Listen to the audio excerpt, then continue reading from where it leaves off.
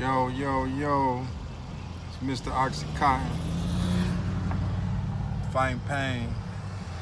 Fighting pain, you know what I'm saying? We fighting back. So, you know what I mean? It's another painkiller series. And, you know what I mean? Today, I was just gonna talk about, you know what I'm saying? Just talking, you know what I mean? Just getting it off your chest. That's one thing, man, that we struggle with as black people is, you know what I mean, talking about our issues. We don't like to speak on issues that we going through, especially men, you know what I mean? Me, you know, I'm definitely one of the ones that don't like speaking on, you know, issues of my business, period. So, you know, I can understand, but I've grown to learn, man, that, you know, it ain't good just keeping your issues and keeping all that your thoughts and stuff to yourself in your own little head and in your own brain and being isolated. Isolation is the devil's playground, you know what I mean? So one thing I can say is definitely talk to people. Don't be, you know, in no shell when you're going through, you know, when you're trying to heal from anything you're going through. You know what I mean? Especially, you know, like relationship problems. You know, a lot of times we don't like talking about what we go through in relationships because it's our vulnerable, you know, that's our vulnerable issues for us and sometimes embarrassing. I know me personally, I don't really talk about none of my relationship problems. You know what I'm saying? Because sometimes they can be embarrassing. Just like, you know, one case.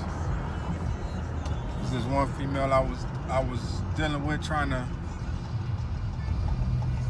you know, get to know and everything, you know what I mean? So that's somebody I've been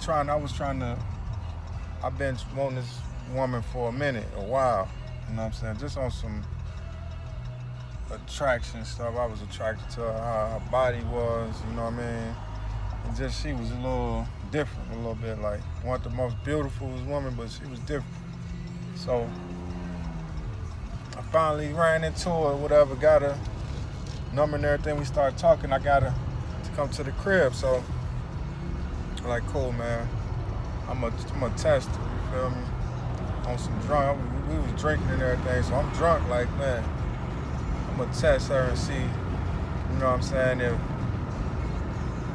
I could trust her. You basically, man, put her to the test. So, you know what I mean? We was smoking or whatever. And at this time, I was selling weed too, so I'm smoking out of a whole pound. So, what I did was, you know, trying to test her, I left the pound on the dresser that we were smoking out of. I just grabbed some, rolled up real quick. You know what I mean? And what I did was I walked out the room for a second. I'm like, I'm gonna just walk out and see what she doing. You know what I'm saying? So I walk out, boom, walk back in. Man, this woman I seen her grab a handful of weed and try to put it in the boot. You know what I mean? She had on them long boots. Should have like come up to almost cover your whole thigh, then it come to your knee. So I'm like, damn. So at that point, you know what I'm saying, I turned to the police like a cop. I turned to, you know what I mean, like a detective. Hey,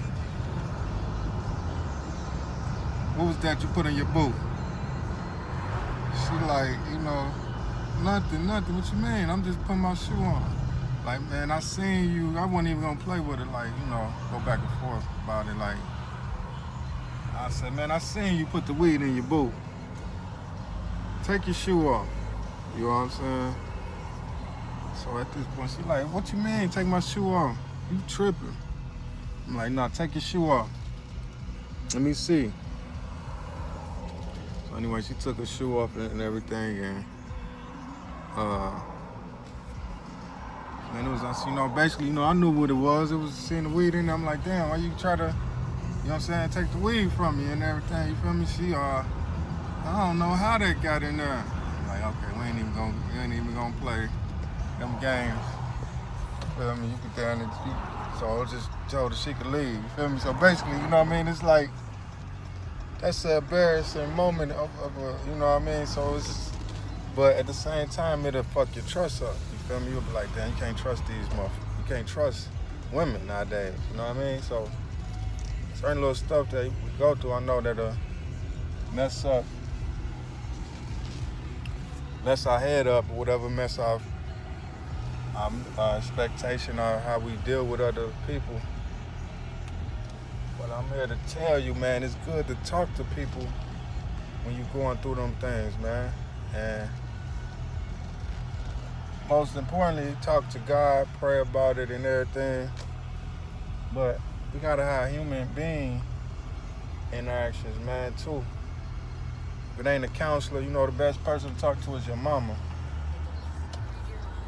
You know what I'm saying? Your mama can give you the best advice, because, you know what I'm saying, she done been through everything that you didn't think you going through. And believe me, think of some young players out there today. Back in the day, man, it was some players. So it's always good to talk to your mama, pray about situations, talk to God, talk to people, man. Get it off your chest, man. Don't just hold and bottle it up. Bottle it in, because it ain't gonna do nothing but get it to the point where you just explode and just don't want to deal with nobody at all. You know what I mean? And just start treating people like they the guilty before proven innocent. You know what I'm saying? Like all your relationships just automatically got I don't trust issues, got your guard up. But it's only because of the things we went through, and we never fully dealt with it. You know what I'm saying? So talk to somebody, man. Don't just about, man, even if it's embarrassing, you might be vulnerable, they did you dirty, you know what I mean? But get it off your chest, let it go, get it off of you. Don't let that issue just change you, change the issue.